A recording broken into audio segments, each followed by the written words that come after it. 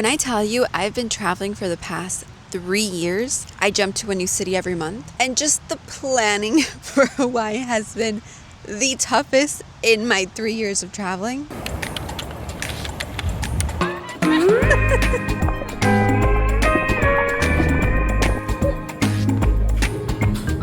Last gentleman, I got personal International Airport, serving the island of Oahu.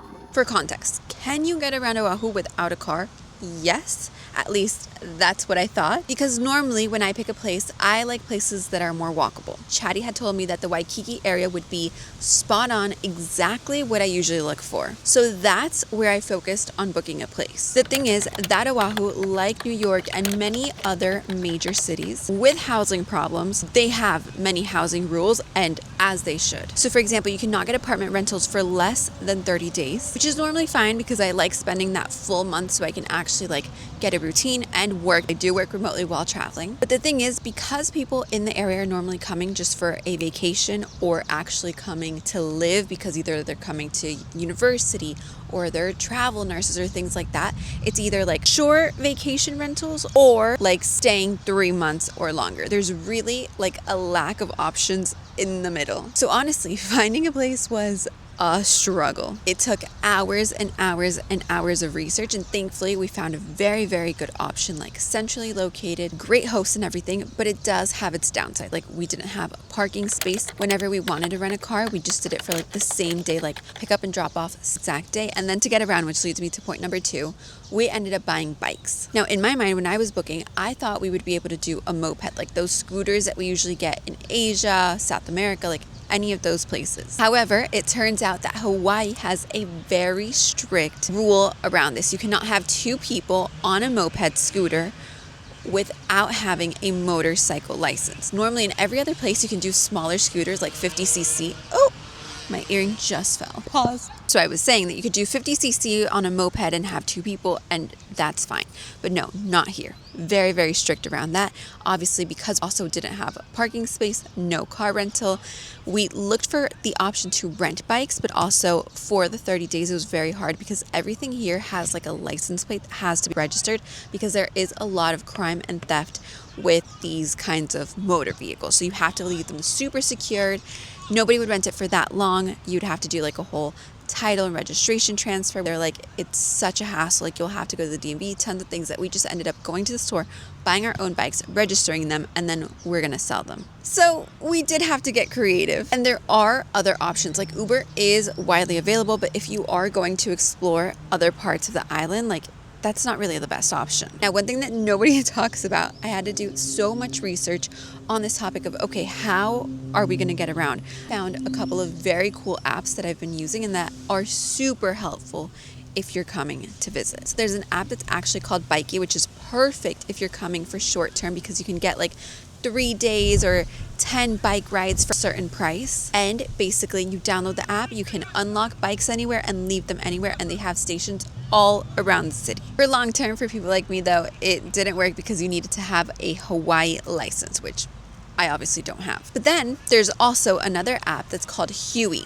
And Huey is very, very cool because it's kind of like, not the Airbnb of car rental, that would be Turo, which we're about to talk about, but Huey is a bit different because you download the app and different car stations, and you can just go and unlock a car for a couple of hours, a day, a couple of days. Now the cool thing is that Huey includes gas, insurance, and you can park it wherever. And that is huge for a place like Waikiki where parking is literally so limited and lots of places you cannot park overnight. Now there's also Zipcar and Turo. Zipcar is more similar to Huey, but just not as advanced. And Turo, the Airbnb for car rentals where you're renting from other people. Tons of options here around the Waikiki area. And of course, you still have like the normal car rental companies, but those are located in the airport. And if you're renting for just one day, then going to the airport, having to drop off at the airport, that just isn't convenient. But if you are doing a smaller vacation here, like a couple of days, and you want to have the car for the full amount, that's obviously a great option where you just pick it up from the airport and then return it when your flight is leaving. Now, since this was my first time in Hawaii, I asked Chatty, like, where is the best place to stay, the most walkable? That's usually what I look for. And it recommended the Waikiki area. But honestly, next time, I would do something more quiet. I would actually stay somewhere like either North Shore or on the side, like by the marina, where it's a house. You can actually park like with a driveway. It's easy to go in, go out. And I would do like a car rental for my full stay so I can just do more trips around the island, because honestly, there's just so much to explore that staying only in the Waikiki area would be a huge mistake. Now, I did make a video on the full cost breakdown of what it costs to spend a full month here on Oahu that I'll leave here for you to watch next. But basically, you need to learn and know where to do groceries and where you just shouldn't be doing groceries, because it adds up real quick and you're gonna end up paying like $70 for bread and yogurt. Foodland, I found, was, yes, the best for poke, but pricier. They did, in my opinion, have the best fish and protein options, but that's not the place where you would want to do like your full grocery haul. The best value will hands down always be Walmart. Then the next option following that one would be a really cool grocery store called Don Quijote. It has a whole Japanese section and you find tons of interesting things that you just wouldn't see in like US based grocery stores. And that one also had great protein options, like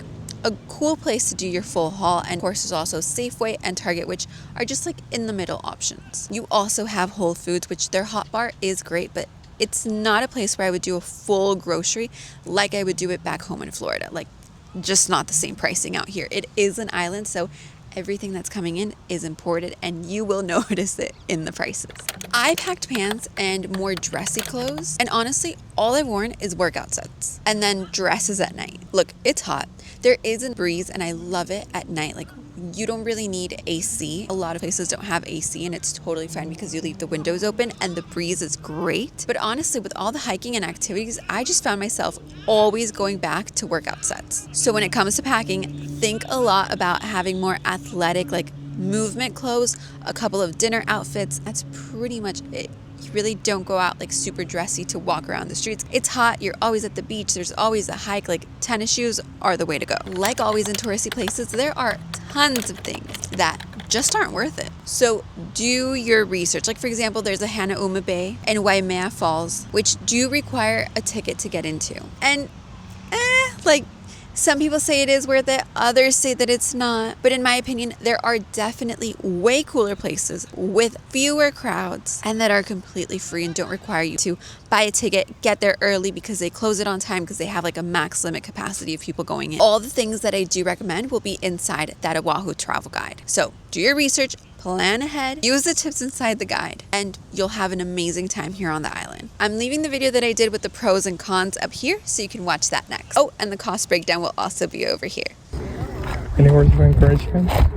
Words of encouragement? Yeah, for people that